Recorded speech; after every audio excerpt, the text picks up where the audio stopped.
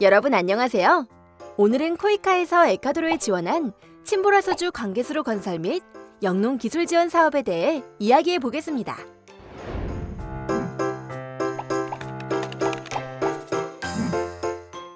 에콰도르는 국기에도 농업을 상징하는 노란색이 들어가 있을 정도로 농업이 경제의 매우 중요한 부분을 차지하는 국가입니다. 그중 침보라소는 에베레스트가 세상에 알려지기 전까지 세계 최고봉으로 손꼽혔을 만큼 높은 산인 침보라소 산이 위치해 있는 주인데요. 이곳 고지대와 분지에서는 주로 양의 방목과 젖소 사육이 이루어지며 곡류와 감자 등이 재배되고 있습니다. 그러나 고산 지형과 낙후된 농업 인프라로 인해 이곳의 농민들은 농업에 필요한 관계수로를 대부분 자연 강우에만 의존하고 있었습니다. 당연히 자연 강우만으로는 농업 용수가 충분하지 않기 때문에 생산량은 떨어질 수밖에 없었죠.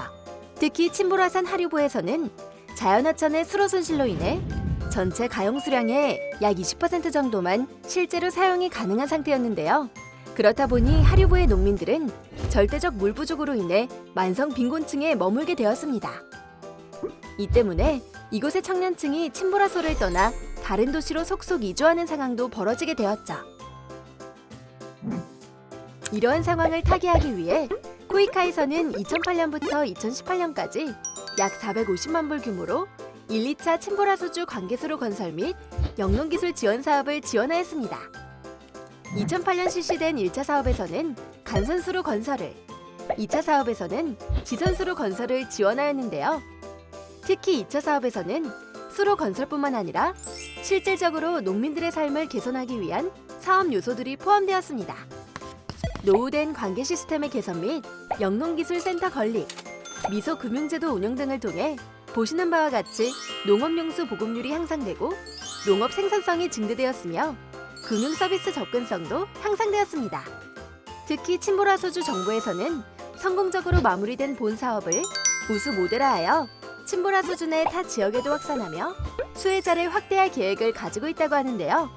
이것만으로도 본 사업이 얼마나 성공적이었는지를 가늠할 수 있을 것 같습니다. 그렇다면 이렇게 성공적으로 사업이 마무리될 수 있었던 요인에는 어떤 것들이 있을까요? 농촌개발 사업을 실시할 때 가장 중요시되는 것이 현장 중심적 사업 수행입니다. 현재의 상황과 조건에 맞지 않는 설계, 시공, 조달이 이루어지는 경우 지속 가능성을 확보하기 어려워지기 때문이죠.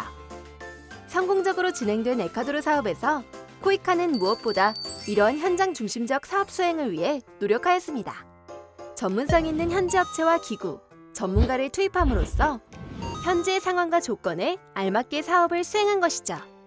예를 들어 관계수로 설계를 현지에 있는 업체가 직접 수행하도록 해 현지의 수요와 여건을 충분히 반영했습니다. 또 시공 역시 현지 업체를 고용함으로써 비용을 절감하는 한편 추후에 발생할 수 있는 유지 보수 문제도 용이하게 했습니다.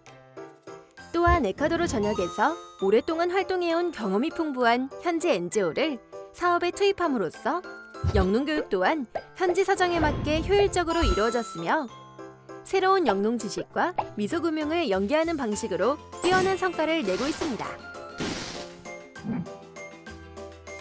국제개발협력 현장 경험이 풍부한 한국과 현지의 전문가가 투입되어 적절한 자문을 얻은 것도 큰 도움이 되었는데요. 특히 미소금융제도의 경우 비슷한 조건의 다른 개도국에서 많은 현장 경험을 쌓은 전문가의 자문을 바탕으로 진행되었습니다. 그 결과 사업 초기 여신에 한정하여 제도를 운영함으로써 개발도상국에서 일반적으로 발생하는 리스크를 피할 수 있었습니다. 현지에서 설립된 소액금융센터는 지금도 성공적으로 운영되고 있는데요. 가입 회원 수는 223명으로 목표 대비 57%를 초과 달성하였고 당초 사업지 외의 다른 지역 농민들에게까지도 서비스가 확대되고 있습니다. 무엇보다 중요한 것은 주민들이 이렇게 대출한 돈을 주로 종자나 가축, 스프링클러 구입 등 사업 목적에 맞게 잘 활용하고 있다는 것인데요. 설문조사 결과 주민들은 대출받은 돈으로 계획했던 목적을 달성하였으며 대출을 통해 가능해진 생산활동이 소득 증가에 기여했다고 응답하였습니다. 정부 및 현지 농민들의 높은 주인의식과 적극적인 참여 역시 빼놓을 수 없는 주요 성공 요인으로 분석됩니다.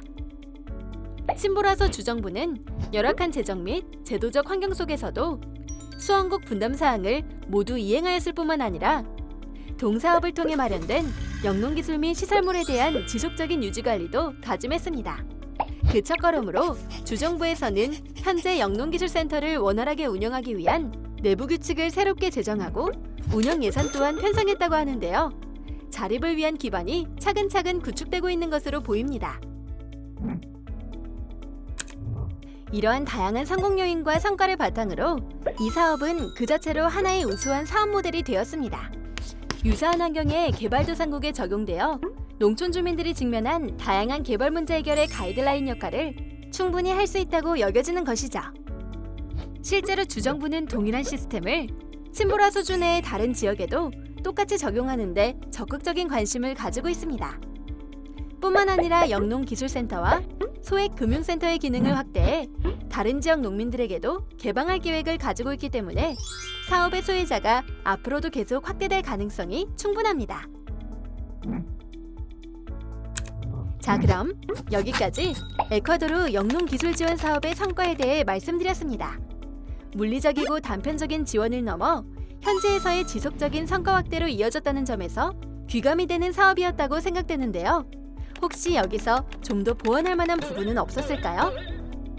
종료평가를 실시한 평가팀에서는 1, 2차 사업을 통합해서 기획했다면 사업이 보다 효율적으로 추진되었을 것이라고 제언하였습니다. 또한 적절한 사업기간 연장을 통해 사업 초기 지연되었던 관계수로 시공이 완료된 후 영농교육이 진행되었다면 사업 효과성을 더욱더 제고할 수 있었을 것이라 언급하였죠. 또한 친보라서 주정부의 적극적인 태도에 발맞추어 후속 지원을 이어간다면 보다 큰 성과 확산과 시너지 효과를 기대할 수 있으리라는 의견도 덧붙였습니다. 자, 그럼 여기까지 에콰도르 친보라서주 관계수로 건설 및 영농기술 지원 사업 평가 사례가 들려주는 교훈과 시사점이었습니다. 코이카는 에콰도르 외에도 전 세계의 많은 농업기관 국가들의 기술 지원 사업을 지원하고 있습니다. 성공적인 사업 경험과 새롭게 얻은 교훈을 바탕으로 코이카의 지원 사업이 누구도 소외되지 않는 지속가능한 발전에 성공적으로 기여할 수 있도록 늘 응원 부탁드립니다.